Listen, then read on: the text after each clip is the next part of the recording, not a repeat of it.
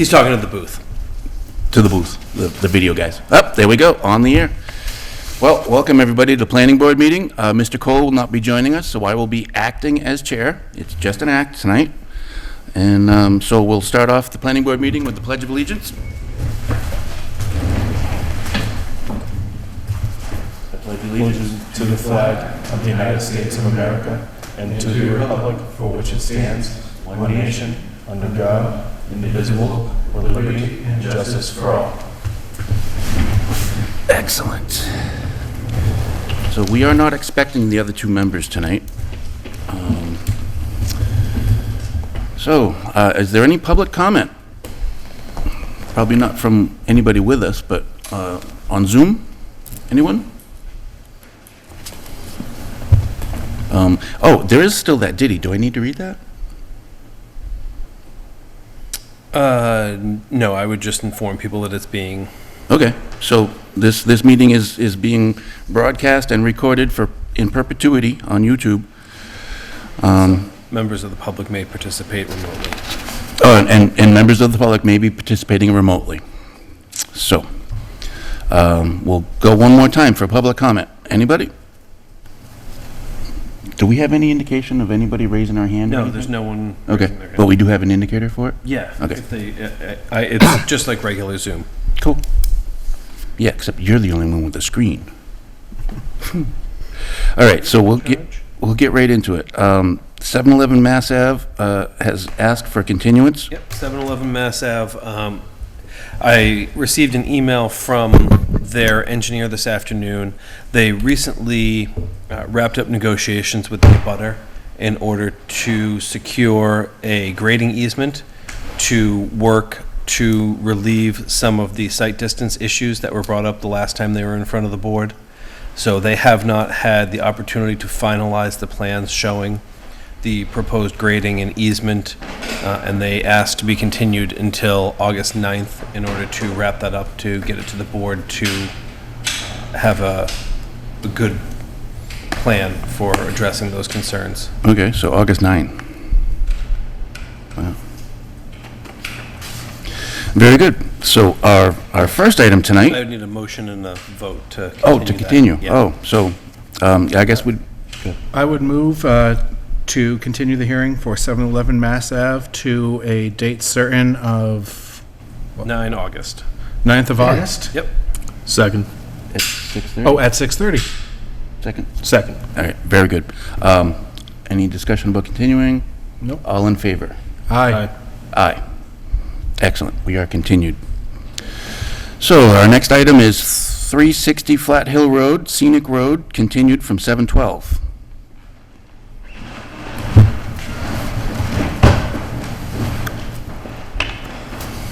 Good evening. Ken evening. Mattson, representing Mattson Homes on the Scenic Road at 360 Mass Ave. So, we're continuing. We did our site walk out there. I don't know if there's, I think we kind of, the ones that were there seen it. I don't know if there's any questions on that, any to be answered on that. And No, well, Sign- just to update everybody that wasn't on the site walk, everybody but us and a couple other people, there was one additional tree that was identified, and then it was taken off the list because it wasn't needed to be cut, something like yeah, that? we added a couple dead trees in there. We also, I was under the impression I had some trees that were 6 inches and larger that weren't marked, because we had just marked 10-inch trees, but when we went out and did the walk, my son and I went out to mark them, we come to find out that we really didn't have any trees smaller than 10 inches on that side of the wall, so, which was nice for us, because we never asked our surveyor to go out and remark. I called him and had them lined up, and I called him back and said, no, don't go out and mark the trees, because there's no trees to mark. So, Yep. I guess And that's about all. We talked about being sensitive to the big tree up in the front by moving the driveway some even. Yep. That was another discussion we had. To the tree in the northeast corner. Yeah. Yep. Super. Well, considering that we don't have two more members, is it gonna, does anybody have any questions? This is just regarding for the scenic roads, correct? Yep. Yes. I don't believe I do then, no. Okay. I'm not sure, and I don't think it would bother you at all to continue this for another meeting, would it? No, but I won't be here. I'll be gone, I think, if your next meeting, is that August 9th? It is. I'm going to be out of the area on Well, August we 9th. just received your stormwater filing Right. today, so that's going to be on August 23rd. August 23rd, okay, good, So if you thank want, I believe, so if you want to wrap this all into that one meeting, we could do that. That's fine. I don't think we have any issues on the scenic road right now. It's No, just that we and don't I have- think yeah. really the only thing we would look for is a finalized plan. Now that you've taken one tree out that you don't need to cut, and some of the ones that, and I know we talked about the driveway on the northeast corner. I don't know if you're planning on moving that or not. I have to go really check. I did talk to my site guy, and I just asked him what's the general scenario on digging next to trees, and he said that you take whatever the diameter or width of that tree is, times 2, which has been his standard on that. Which on that tree it's 4 feet, or, so it'd be 8 feet plus, or whatever that tree might be 5 feet at the bottom. So I'm you'd not be for 10 sure. or you'd want to be 10 or 12 Yeah, feet 10 or away from 12 feet from the edge of that tree. Yeah. So, I mean, I would just make sure that as you finalize those plans amongst yourself and your site guy, that you, So we should come to that meeting with a, with a final plan, Final because plan when that shows that. when the board, and I'm not going to speak for them, but it certainly sounds like they're moving in the direction of finding that you're not making significant impacts with what you're proposing, they're going to want to reference a plan in their decision. yeah. And that okay. plan should show the final impact of removals, driveways, and where everything is or should be when it's constructed. And the same should be true for your stormwater. So if you move that driveway, that may Yeah, impact we're your gonna have to stormwater, may adjust change that. the way that the water flows for, 10 or 20 feet. So just be mindful. Yep, Okay, so, yeah, and my other concern was that the other two members that aren't here did have some strong feelings, one way or another, and one of them was on the site walk, so I just would like to make sure that they didn't have any information or questions or comments that weren't Yeah. addressed. okay. So what was that, August 23rd. 23rd? And you're good with that? Yep, we're good. Excellent. So I guess I'd be looking for a motion for the continuance to August 23rd at 6:30. I would move that we continue the hearing for 360 Flat Hill Road to August 23rd at 6:30. And I would, hopefully, I'm planning that meeting, my engineer will be here, because he's gonna have to do a little explaining of the 220 pages. So, okay, good night. Excellent, Mr. thank you. Mattson. So moved and seconded. Any discussion? All in favor? Aye. Aye. Okay. All three of us are in favor. Our next item is 101 Pleasant Street, continued from 7/12. Good evening, gentlemen. Good evening. Good evening, Mr. Chairman, members of the board. For the record, David Plunkett, representing the applicant. Just out of a question of, what's your protocol when, if two members are missing? Do you allow presentation and then, So that would be completely up to you as the Yeah. applicant's representative. The board has a quorum. Yeah. They have a voting quantum on Okay. this project. all right, The town has adopted the Mullen Rule, so the two members who are absent this evening have attended all previous hearings yeah, and meetings, so they would have the opportunity to review the information presented this evening, sign a Mullen certificate, and still be eligible for all 5 members to vote. okay, Again, we tend to leave it to the applicant to choose if they wish to proceed or not. yeah, And one caveat to that is they cannot miss another meeting. Correct. Correct, yeah, okay, but they still have standing, having been involved in the prior meetings to miss this, and, okay, just wanted to make certain on that. All right, so thank you, Mr. Chairman, and again, members of the board. Ms. Grasowicz will be here presenting, the changes that have been made to the plan since the last presentation. I'll let Paul speak specific to all the details.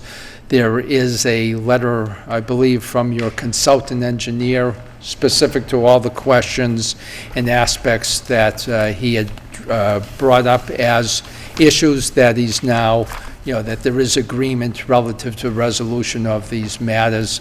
The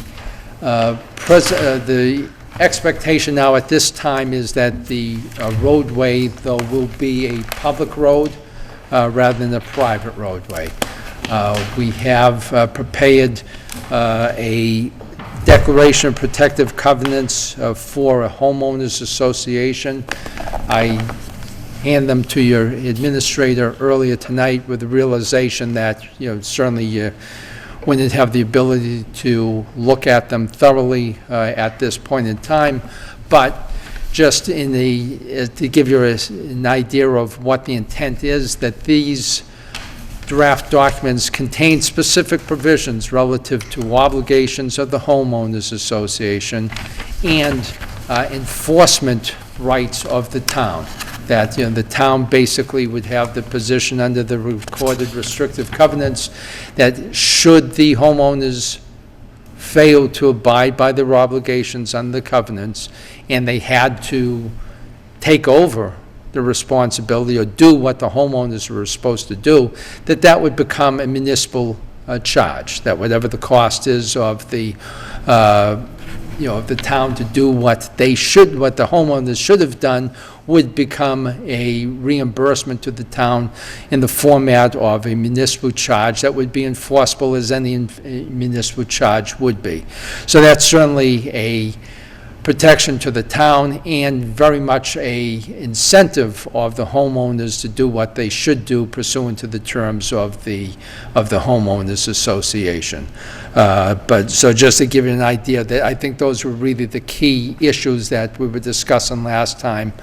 How do you force the people to do what they're supposed to do, and if they don't, what happens then? So bottom line is, if they don't, and obviously something has to be done, the town is protected by means of it still remains the financial obligation of the homeowners, and the terms of the declaration is to give them that municipal charge protection that then it becomes, enforceable just the same as any municipal charge, real estate taxes, municipal water, anything else that's provided. So with that, I'll just turn it over to Paul.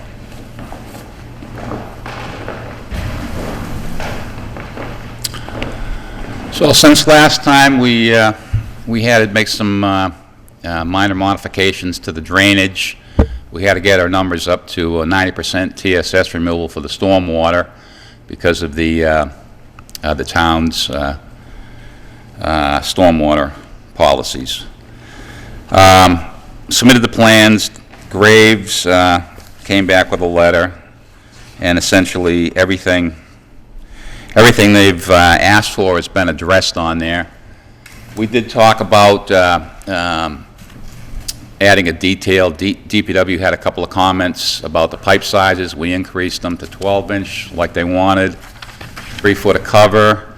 We did, these are all double grates. We clarified that on the plans.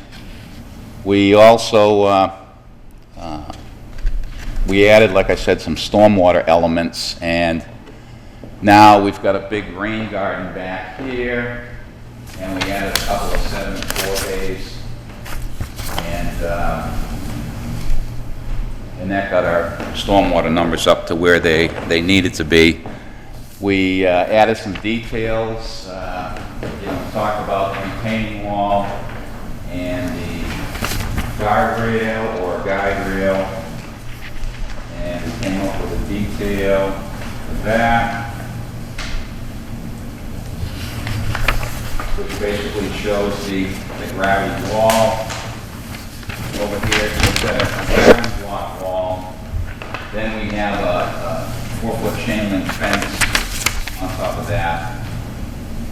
have our grass area, and we're putting a square American timber rail and post system up, just inside the curb. We've got curbing, some of it's granite curbing, some of it's bituminous, but we'll have that at the roadway.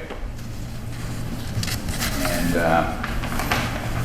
that is essentially it. I did clarify maintenance on some of the stormwater elements. The applicants, the owner's responsible, the owner and the association are responsible for all of it until such time as the town might take over the road, if ever.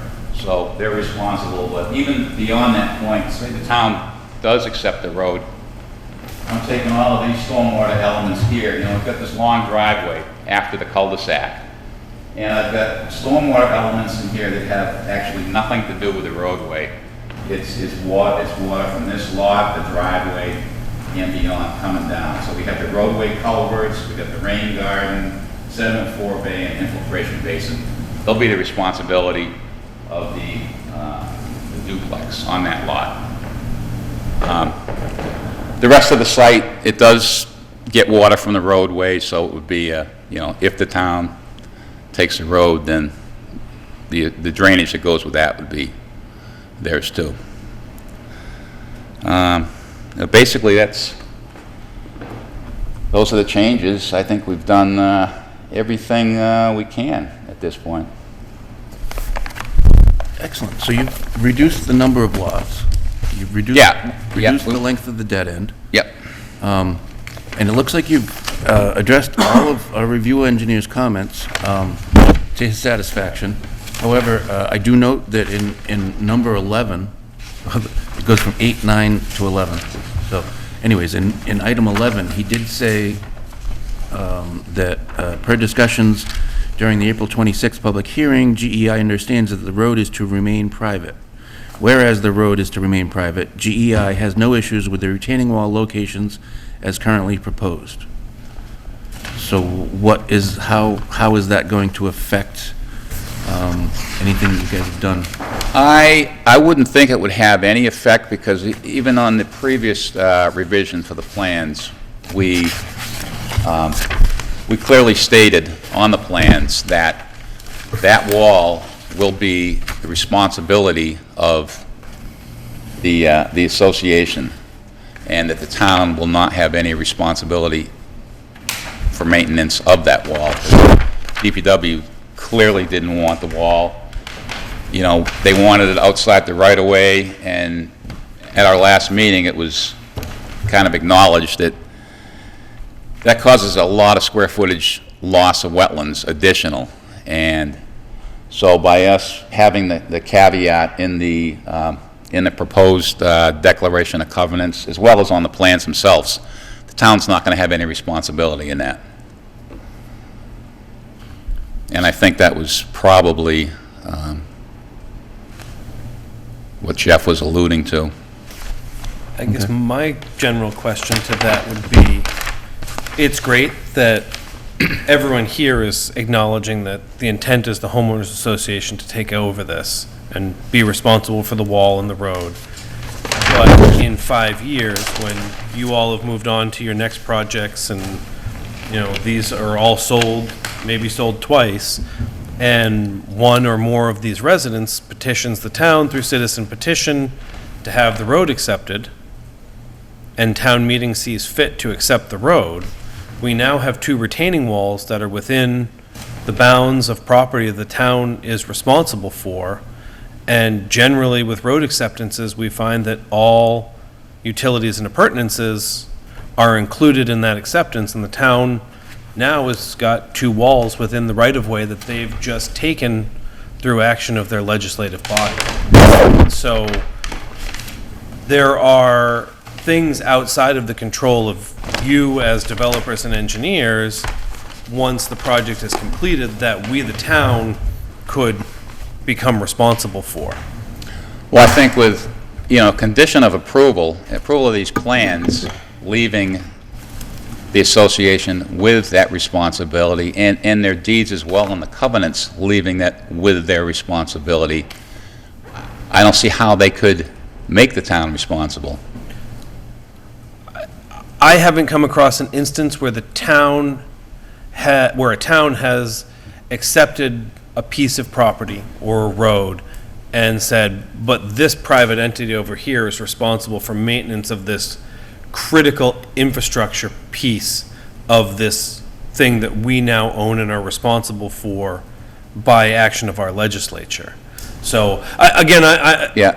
I'm raising what I see as a concern, Yep. and I know that I don't have anything from the DPW director because he was away on vacation, so I don't think he's done a full review of this and submitted a letter. But he was very concerned about the presence of the retaining walls within the right-of-way. And I think that's a big part of why is the ambiguity of if the town were to become responsible for the road, whatever your great, I haven't looked at the covenants, that's great, all of this stuff is wonderful, Yep. but the way 41 works, that, citizen petition to accept the road, and town meeting says, yes, we're in the road business all of a sudden. Well, I mean, there is another avenue to take with that, a solution to that. It would take a waiver, though, to do it. I could narrow the right-of-way at the walls so that the walls are on the adjacent lots. So I'd have to shrink the right-of-way, from 50 feet down to, whatever it might be. And that would be a solution. Like I said, I'd need a partial waiver to do that. Well, that would be a solution. With the length, the walls basically go from station 50 to station 200. And in that area, you're showing 3 to 4 feet of fill. I assume that is because you've got cross culverts.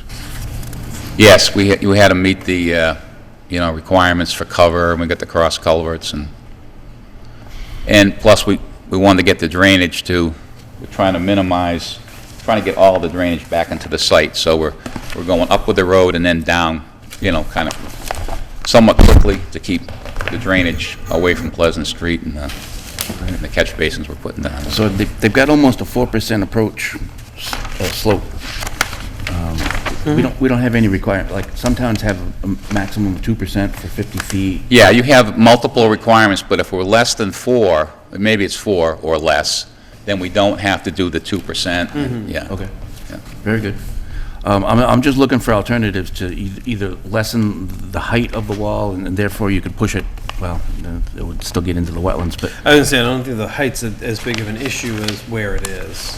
well, And I suspect conservation was thrilled to have the walls pulled away from wetland impact, but yeah, the well, long-term maintenance they don't have to deal with. they're thrilled, but we're not. Well, Yeah, exactly. I mean, we work against each other sometimes, and it's too bad, but,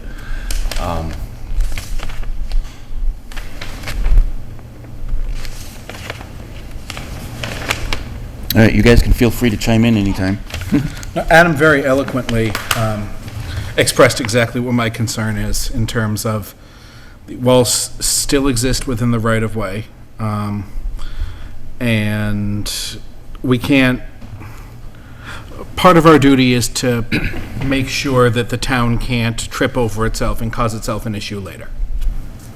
And so we need to make sure that these are the kinds of things that are, I feel that we need to make sure that these are addressed thoroughly. I hear what you're saying about we could take care of this with a partial variance, but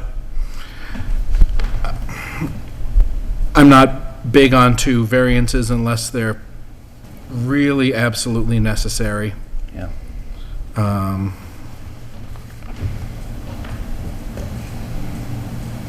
I should also say, I appreciate that everything's been done. I haven't had a chance to review the condo docs and everything else yet, but I very much appreciate that that work has been done. Again, in that spirit of trying to safeguard everyone's future with the project, the town, the homeowners, everyone, so that everyone has a real clear path to follow. That is work. I very much appreciate that it's been done. Sure. Yes.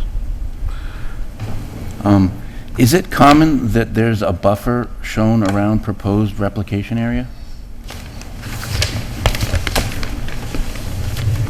Oh, so, Well, I don't see any wet flags over there, or wetland, where Which- the proposed replication area is. Which one are you looking at? I'm looking on sheet 3 of 10. I'm sorry.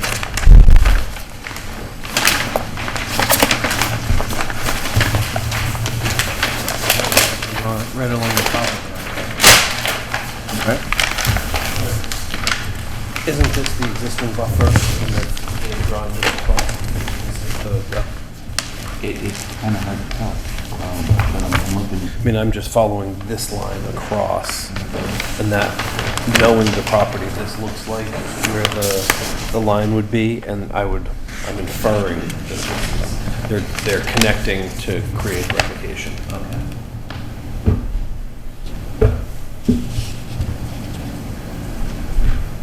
Well, if it was an open bottom box culvert, I don't think you'd need the minimum cover. And I'm pretty sure conservation would prefer that because it would allow for species migration. Something to think about.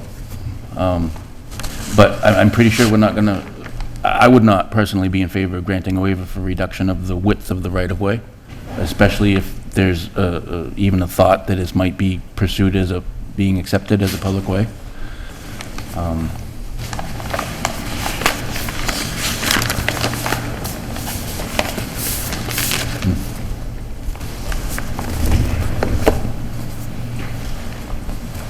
And there is no way, there is no means by which we can just prevent a roadway from ever becoming a public way, correct? No. That's what I thought. And again, you could, certainly if the applicant was in agreement, you could put the condition, but that condition doesn't mean anything when a resident puts on a citizen petition to do so. Now, the layout hearing would come to you, and you could advise the select board that you wish that they wouldn't lay it out, and they could still lay it out, and you could go to town meeting, and you could jump up and down and say, you know, there's retaining walls here, we have this covenant, they said they're gonna take care of it, and town meeting could say, that's great, but they pay taxes, we're gonna approve it. Yep. In It's been- addition, we're not going to be here for, no one holds their Correct, roads, yes. roles forever, so. And you know, I'm projecting a short term, because what I have found is this becomes a private road, and all of a sudden, they need to pay someone to plow it. They need to pay someone to salt it. And they don't like that, and so they call me and ask why it isn't done, and I say, well, you have this, and they say, oh, well, we're gonna do this, and I say, you can do that, we can't stop you. Now, you're correct, it's also incredibly likely that in 30 years, when the road is really starting to fall apart, because these folks have said, wow, paving's really expensive, we don't want to do it. And they come to the town and say, our road's a disaster, can you fix it? And we say, no, or we're dead, and the people who are here then say, no. I'd like to think I won't be dead in 30 years. They're gonna, you know, how do I get it fixed without having to pay out of pocket? Let the taxpayers do it. Yeah, that's a bad answer, by the way. And this scenario that Adam has described, where we say, please don't, selectmen, and they do, and please don't, town, and they do, it's not unusual. I am not surprised. I mean, the other thing I could do is I could talk to conservation about the ramifications of, you know, of getting that wetlands loss over, I think it was going to be over 6,000 square feet. And see what, I know that's going to kick in a bunch of other things, but see what they say. So what I'm seeing is proposed wetland replication area of 4,600 square feet. Yeah, well, there's two areas. There's one There are out, two. yeah, there's one out back on the next sheet. Okay. Yeah. We're actually doing 2 for 1, or a little over 2 for 1. The 2-to-1 replication? Okay. What does conservation require in Lunenburg? Is that 1.5 minimum?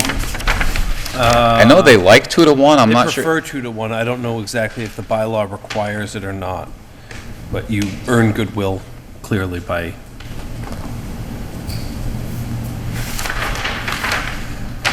So, It's on sheet 4. I guess that's all I really need to say about the crossing, but, additionally, you said that there was gonna be some stormwater structures that were owned and, obligated to be financed by the duplex unit? Yeah, on, well, these back here, either on sheet 3 or actually sheet 5, it's got a good view of the end there. So you can see the duplex out here and the cul-de-sacs down here. So we've got these culverts in the driveway that have nothing to do with roadway drainage. And we have a sediment forebay, a rain garden, and an infiltration basin with its outfall right here. They don't take any water from the roadway. They're only there to treat, this stuff related to that lot. So, and all of that is outside of the right-of-way for the cul-de-sac? Correct, yeah. Is it actually on their lot? Yes, it is. Okay. Yep. So in the grand scheme of things, if this remains within the covenant, is the association responsible for maintenance of those items or just the items associated with the road? The association? Yeah, so, If somebody came in to make this road public, no, I'm talking about, let's go with, we get the ideal scenario. And your attorney gave us these documents. In these documents, they say the association is responsible for maintenance of the road, responsible for maintenance of the stormwater facilities associated with the road. Are they also responsible for these additional items on this lot, or are those assigned specifically to that homeowner? there'll be 2 homeowners, so there'll be, yeah. for that, the 2 owners of that lot will be responsible for those items. Okay, so there's functionally 2 operation and maintenance plans then? One for the road items and one for the items on this final lot? Yeah. Okay. Just for clarification, Mr. Chairman, we specify within the terms of the Declaration of Protective Covenants that we indicate that the obligations of the owners of Lot 3, and then identify the rain garden, infiltration basin 16P, and sediment forebay 40P, saying that those will be obligations of the owners of Lot 3, and that we would make reference on the deed out to Lot 3, to that being the obligation of those owners of Lot 3, and then saying that it would be subject, though, that the deed conveying ownership interest in Lot 3 will be subject to the lien obligation enforcement rights run into the town of Lunenburg set forth below, specific to the owners of Lot 3. Again, then the enforcement obligations set forth below are specifically, if anyone doesn't do what's required of them at this, under the terms of this agreement, then it's, it will be deemed a municipal lien against that particular individual or individuals.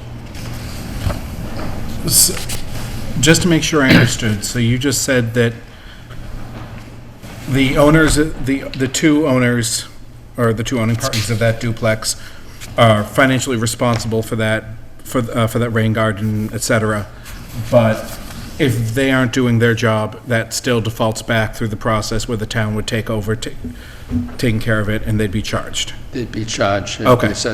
We're making specific reference to the enforcement provisions of this protective order, and stating that we're referencing them as an obligation, not specifically under the, in combination with lots 1, 2, 3, and 4, but just to Lot 3, there'll be a specific reference on the deed to Lot 3, and that this will obviously be on record and referenced relative to the enforcement obligations of the town to the owners of Lot 3 for that specific obligation.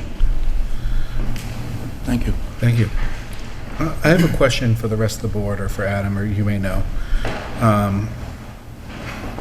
So in this kind of scenario, where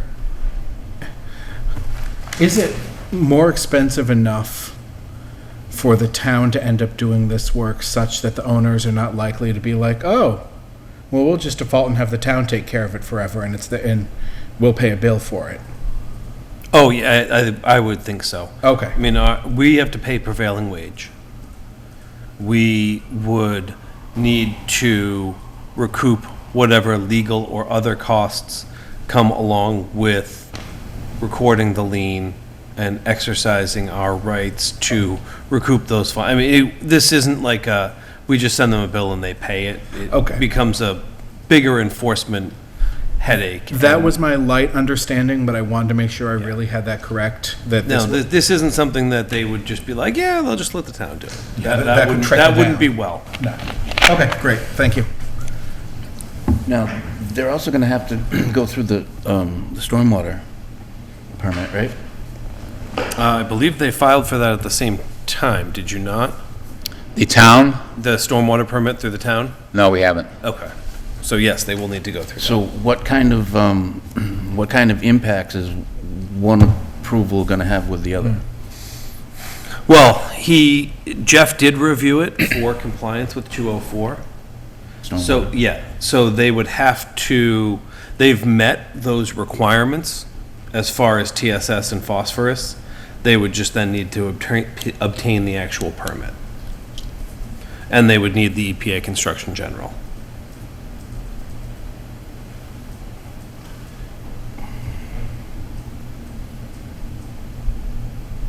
So, I guess in theory, if you were to approve the subdivision as it were, and they were to come back and run through the stormwater, and you found something that everybody missed, and they were obligated to make some manner of change that was going to affect the subdivision, I mean, they can do a modification.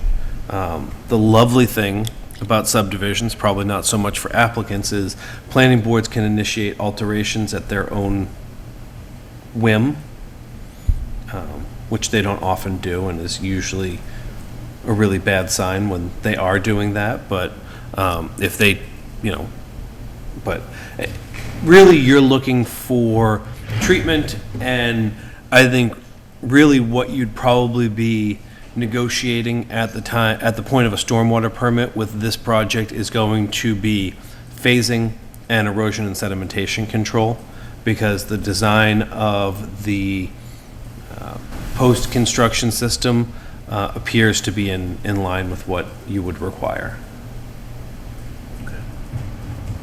Very good. Any questions on that? No? No. I have a question on your soil test data.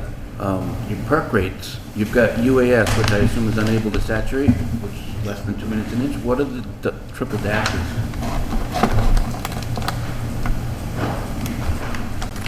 You've got UAS, you've got 5 minutes per inch, you've got numbers per inch, and then you've got 3 height dashes, I guess.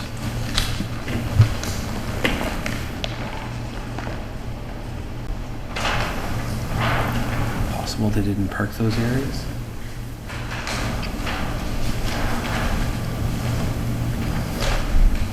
Okay, well, this,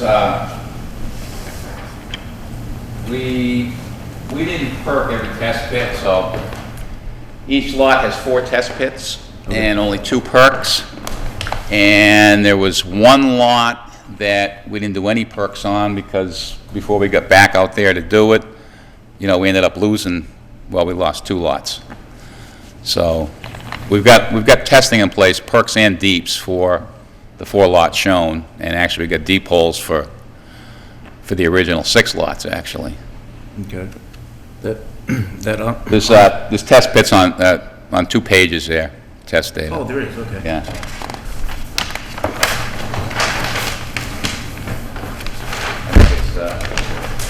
four and Must be 4 and 5, because I'm on 5. Oh, you did a whole lot of testing.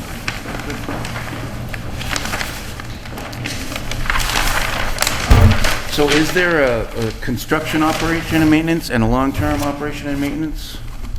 We have one, we submitted operation maintenance to conservation. Well, we're gonna need. It was actually, it was long-term, but yeah, Well, that'll be part of the stormwater permit. yeah.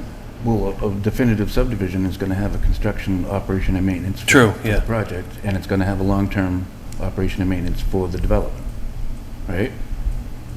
Yeah. And it should be in the plan set so that we can approve it and, Or it should be in the If you- stormwater, okay. either way. Yeah, it's in the 8.5 by 11 thing we submitted. But once all the stormwater controls are constructed, which probably should go in first, then they're gonna have to start building houses, and that's what the definitive subdivision is about. Definitive subdivision is about the road and utilities, stormwater, et cetera. Okay. Houses are under the building code. And we're actually going to have to file individual filings for each lot too, because there's, For your building permits, yeah. yeah, there's, I mean, for conservation, because every one of them's in some kind of buffer zone. Yeah, the spots are getting harder and harder.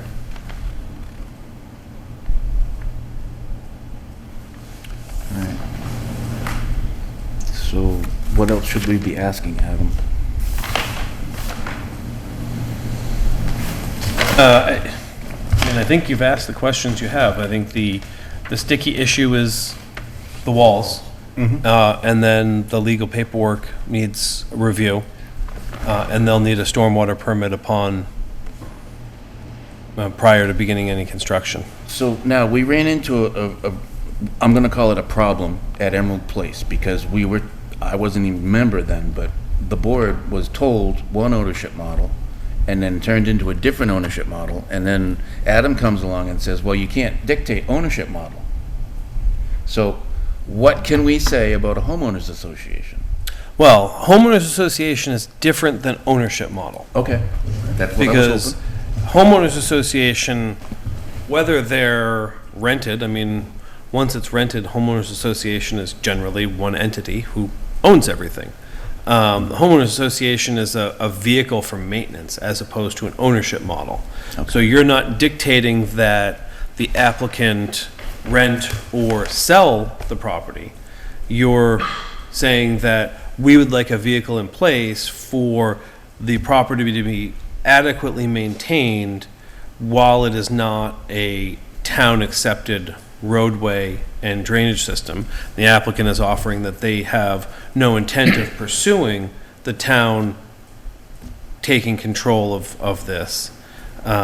So it's slightly different, and it's one of those things where it's covering the period between construction and any municipal taking of facilities. So you're right, you can't tell them you have to sell this or you have to rent it, because the land use is the same either way. I mean, the density is the same, the effect on the physical land is the same, even if there's theoretically a social or other impact one way or the other, depending on what the ownership model is. But that's not something that the general laws allow us to dictate. So, but again, we can dictate the homeowners association. Yeah. So is And I mean, they've offered it, so it seems certainly like a negotiation between the board and the applicant. You can require that there be some manner of maintenance, yes. In that light, then we should, did we hear that they already have given you? He handed them to me before, I didn't pass That's them fine. down That's because I didn't think that Okay. you would be looking through them, but, Just wanted to make sure that they're there. yeah, and I will get them off to council first thing tomorrow. Super. What prevents this kind of, because HOAs typically can be dissolved. Is there something that prevents this one from being dissolved by the owners? I haven't read I haven't even flipped through them yet. I didn't even know if that's a thing that can or does happen, or you may be able to answer that as It'd well. be, in this situation with duplexes, it'd be very difficult because you get one lot and you get one structure and a line between them, they're sharing a septic, they're sharing a driveway, and you need to have an association. And basically, you gotta define, each lot has gotta define their responsibilities within that lot.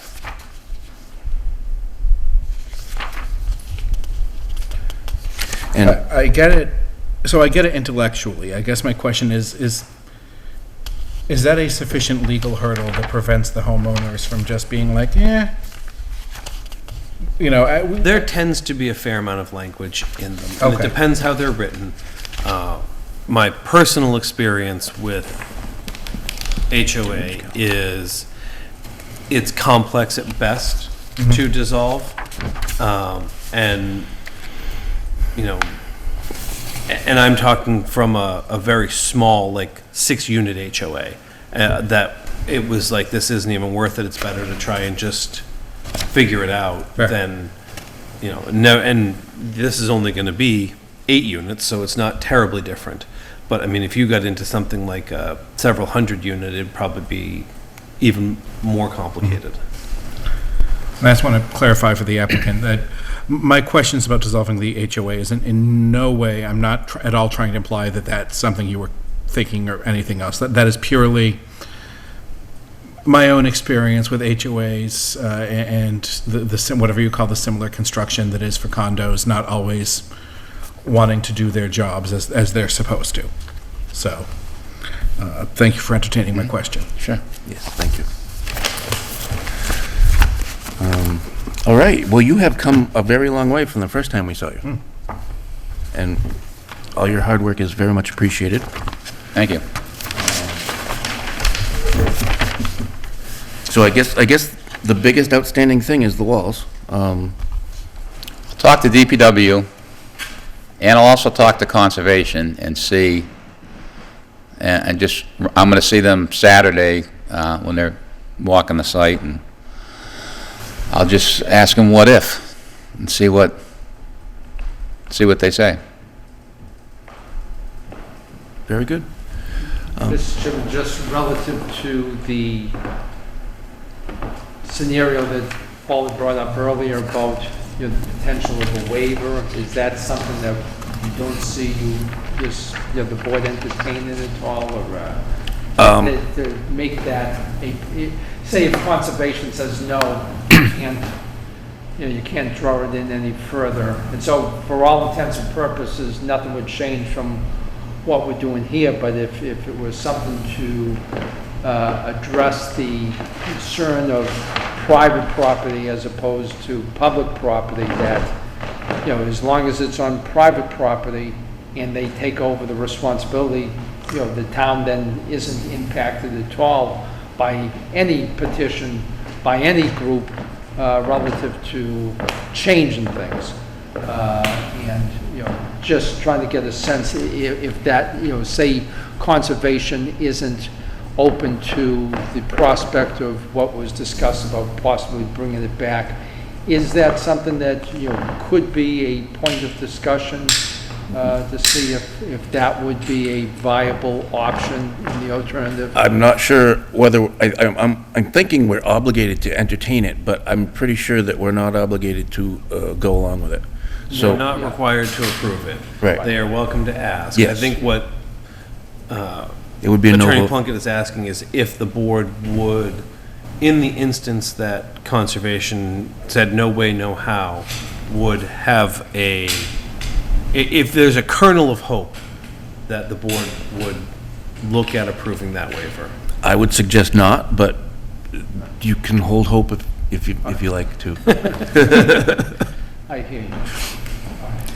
Again, I'm just one member.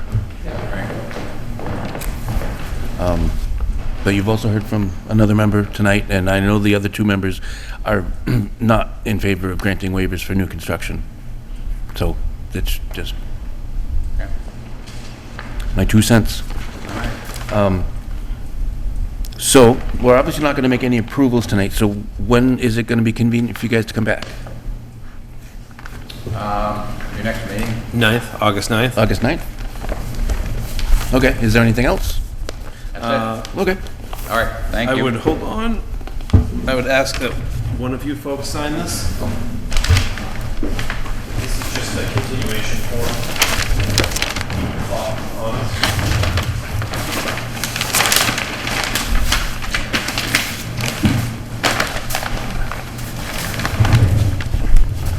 I would need a motion August 9th? I would move we continue the public hearing to a date certain public hearing for 101 Pleasant Street to a date certain at August 9th at 6:30. Second. Second, excellent. Any further discussion? All in favor? Aye. Mr. Torgerson? I said aye. Okay, sorry, didn't hear. And an aye for myself. Thank you, gentlemen. All right, thank you. Thank you. So that gives us 4 hearings on the 9th. 4. Yeah, we continued, oh no, we continued Flat Hill to the 23rd. So 7-Eleven's gonna be coming back the 9th, right? So that's 4. Great. Because we got 97 Cross Oh, and and Reservoir. 1263. Hello? That'll be fun. This is Hello? Andrea on the phone. Can you hear me? Pretty much. You didn't take any public comment before you continued the hearing. You are so right. My bad. All I would say, it's not a problem because I'm probably one of the only public on the call, but I just give you a couple of thoughts. Granted, I'm biased because I have an interest in the development of the property, but from a land use plan perspective, I would share your hesitance I'm about sorry. granting a waiver. I'm sorry. Yeah, I apologize. It totally was my fault that not to ask for public comment. This has been continued. We asked for it at the previous meeting, and we'll ask for it again. But because we have closed the meeting, we're not allowed to take input. Well, can I give it to you under public comment, since you closed the public hearing in error before taking public comment? But the Or, I'll tell you what, I'll send an email to Adam Birney, but my one thought I'd leave you with is I share your concern about granting a waiver, primarily because in this case, it's a self-induced hardship because of already overburdened property that has a lot of issues with it. So I'll put my thoughts down in email, and including some ways potentially that you can protect the town from unwanted costs if the road and or the other practices on the lot become a public issue, subject to support by the town. So- Excellent, excellent. I very much appreciate your input, and if you do send some communication to Mr. Bernie, we will probably read it out into the next public hearing for this property. Sure. Very much appreciate That'd it. be fine, and I'll send it to the applicant too, so. Thank you. And again, I apologize. You're welcome. Thanks so much. No worries. Have a good night. Thank you, you as well. So that's the end of our hearings. Now we've got the minutes approval. We can approve them en masse or individually or however we see fit. En masse.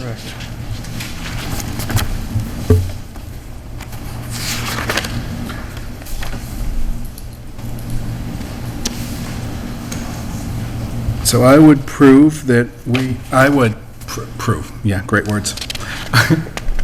I would move, that's the word, that we approve the minutes for our meeting on 7/12, as well as the hearing on 7/12 for 101 Pleasant Street and the hearing on 7/12 for 360 Flat Hill Road. Excellent. Second. Second, excellent. Any further discussion about the minutes approval? All in favor? Aye. Aye, excellent. I Minutes- thought you'd played Clue this afternoon and you were getting ready to accuse and prove. I have no idea what you just said, but it sounded funny. Now we are on to committee reports. So the TCP Building Design Committee, I believe we're meeting next week. I don't think I've gotten an indication on the date yet. Okay. And we haven't had a meeting since our last planning meeting. The Agricultural Commission had a scheduled meeting last Thursday, and unable to get a quorum, so we didn't have that meeting. And I'm not Stormwater anymore, so that would be Paula. She's not here. Open Space also, Paula not here. Capital Planning, also Paula. Is she still Capital Planning? Did she give that up too? I thought you were capital planning. I was before Paula was. Oh, no, she still is. They're ramping up to start soon. Starting soon. Okay.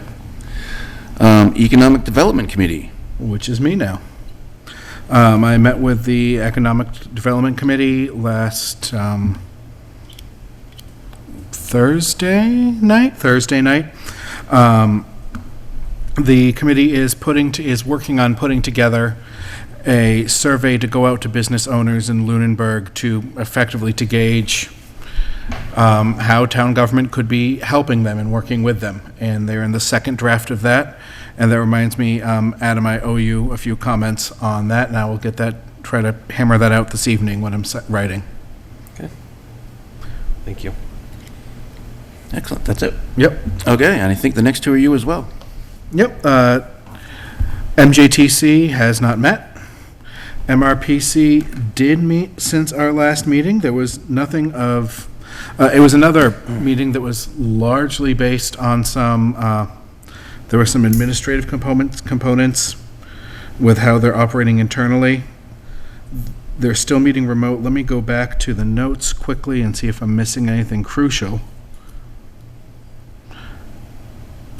I didn't have anything down as really relevant for us in Lunenburg in particular. There we go. Okay, that rounds out our committee reports. Beautiful. We have a placeholder for a workshop for Pondview Commons LLC. Yeah, I'll just roll that in as my director's items as well. This is just a reminder, Wednesday, 28 July, so 2 days from today, 1 p.m., site walk at 400 Howard Street. Is the You 20th. can't miss it. It's the giant dug-up area on the right-hand side of Howard Street after you get around the horizontal curve and down the vertical curve. The representatives from Mass Housing will be there. I know some members of this board have said they're going to go. Members of other boards will be there. It will generally be interested parties talking with the state about concerns and issues that they see with the site and its suitability for the 200 units that are proposed there. On top of the... Well, the single-family homes are certainly a part of what the suitability is and why people might be concerned. On August 3rd, which is 1 week from tomorrow, there will be a workshop at the middle high school at 7 p.m. It will be a posted meeting of the board, of the select board.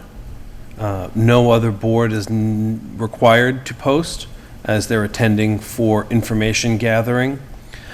You are welcome to bring questions, comments, concerns regarding the project. I will just put out there that the board should not be deliberating the merits of the project as a group at the meeting, nor should any other regulatory board, just for caution and pause. We don't have an application in front of us.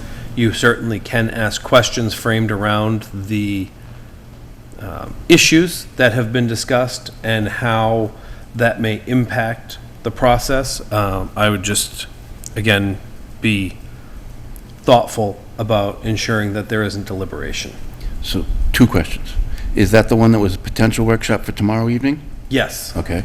So that has been confirmed for 3 August. And the second question is, can we post, it is a workshop and it's open to everybody, can we just post so that we don't have to worry about what is said? It's up to the board if you want to post. Well, we have to make a decision tonight if we're going to. Well, you would have to, yes, you three would have to decide. My advice is to not post. What exactly do you want to post? He wants to post a meeting in case 3 or more members attend, and it would give you the power to deliberate. I think by not posting, you create a situation where you are more thoughtful about not deliberating. I don't like that. Well, the reason I say this is it's a potential application. It's not an application that we have. And it's not going to come to us. Correct. I would, again, it's up to you as elected officials if you wish to post. I'm giving you my advice. You're a regulatory board. Making prejudicial comments prior to the receipt of an application has the potential to have deleterious effects on the town once the application is made. And I understand it doesn't come to this board, but Why would you have framed it as prejudicial? because depending on what is said or how it is perceived, it can be perceived as prejudicial. I'm not saying you will make prejudicial comments. I'm saying that there's the potential for those to be made as part of a deliberation that might present someone with a additional reason to have an issue with the outcome or the process of a hearing. I guess I would ask then, is it any less likely that the select board would have prejudicial comments? No, I don't know that it necessarily is. Okay, so. But they're not my responsibility. I understand. I understand. I totally get you. I would like to post regardless. I don't know how you two feel about it. And just for background, we typically will post a half-hour meeting before, like a town meeting, if we've got articles, in case something comes up last minute. And that is a very different situation than this, but it's not uncommon that we will post just to cover our butts if something does happen. If there is a quorum at that group and there is deliberation, the fact that we posted it, and if we do have a quorum, then we would just simply need to open our meeting for the workshop. And it's not I don't see that it's anything but an extra 2 steps. Right, writing the agenda, posting it, and opening the meeting. Administratively, it's not an additional burden. It just... The only thing that I'm reluctant about is that I'm not the actual chairman, so I don't know. And I'm pretty sure Tanner would feel the same way. I don't want to speak for him, but I think that he is also one to err on the side of caution. Just a thought. Are we obligated to open the meeting and deliberate if we post? Can we just No. decide to not open the meeting and not deliberate We can. if we wish? And that applies even if there's a quorum, right? We don't have to open You don't the have meeting. to open the meeting.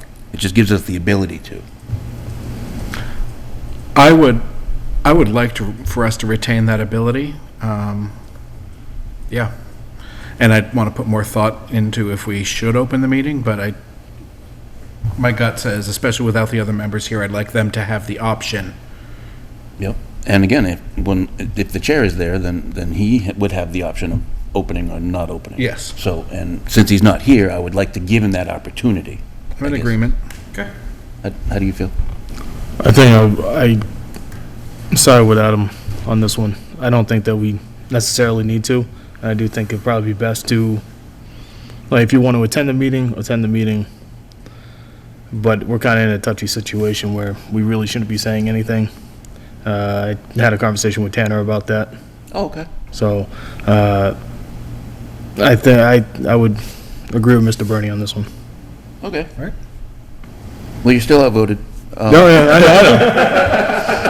know. You kidding me? I very much appreciate the Every ability to presidential dissent. election I've lost. You know what? There are so many people that just, they cave in. They don't want to dissent, and I appreciate that. That shows good character. Hey, trust me. Once I you start go. talking, you'll understand. I'll dissent all day. I wanted to agree with the waiver. Okay, very good. So we will post, and then the option will be up to It'll be up the to you chair. guys. Yep. Yeah. appreciate it. Thank you. Was that the end of your? That was, I mean, I don't have anything further on that. I think we've probably talked about as much as we can about the issues up there. Yep. I would expect, so the 9th is when comments are due to the town manager. I suspect that if the board formalized comments on the 9th and I were to give them to her on the 10th, she would accept them. As long as I let her know ahead of time. And that would give the board the opportunity to attend the site walk, to submit individual comments to me, to allow me to create a letter that the board can review on August 9th, to finalize for submission August 10th, because submissions are due to the state the following Monday, whatever that is, the 15th, the 16th. Okay. Sounds good. So I think that's probably the cleanest way to do it. And that way everyone gets to submit their thoughts and comments. I suspect many of you will have similar thoughts and comments, so distilling those down into one unified letter, I think, makes a cleaner. And now that we can print here, we can doctor it up right here, print it, and you all can sign it and submit it to the town manager. Excellent. Lovely. So just to be clear, Pondview Commons LLC is the Howard Street development? Yes, it is. Okay. They've got a really, really nice set of binoculars so you can see the pond. Okay. So now we're on to meeting schedule. All board meetings are held at Town Hall, 6:30 PM, the second and fourth Monday. Unless otherwise indicated. July 28th, we have the site walk coming up, as previously mentioned. August 3rd, the workshop, and our next meeting will be August 9th, where we'll have 4 public hearings, opening 2 new ones and 3 continue. public hearings. Well, we've got 97 Cross. Oh, that's right, we're opening 2 new ones. I keep forgetting about that. We're opening second 2 new ones on August Yep. 9th, and then we've continued 2 of them tonight to the August 9th, and then the third one My we continued was to the 23rd. 23rd. one. So bring your jammies, because August 9th is going to be a long one. Yep. So, I think you've covered the ongoing items already? Public comment? I'm going to go with no. No? Okay. Board comment? Concerns, questions, discussion? I might be up in the air on August 9th, though, just so you guys know. You might not be here? I might not be. Okay. I won't know until later, but I'll Say, let if you guys- can let me or Tanner or Yeah. both of us know when you find out. Yep. Well, it's just it's baseball related, so. Just, actually, none of those are special permits, so. I'll do my best to get here. Yeah, So. just, if we have a special permit, we have to have 4 members to vote. Yep. So, but none of those are special permits, so. Okay. You just need 3. All right, well, this has been an exceedingly short meeting. Pleasantly so. So unless there's anything else, board comment or concerns, then I'd be open to a motion to adjourn. I would move to adjourn. Second. Second, any discussion about adjourning? All in favor? Aye. Aye. Aye for myself. Excellent. We are adjourned. Thank you, folks, very much. And it is, what, 8:40? 7:40. 7:40.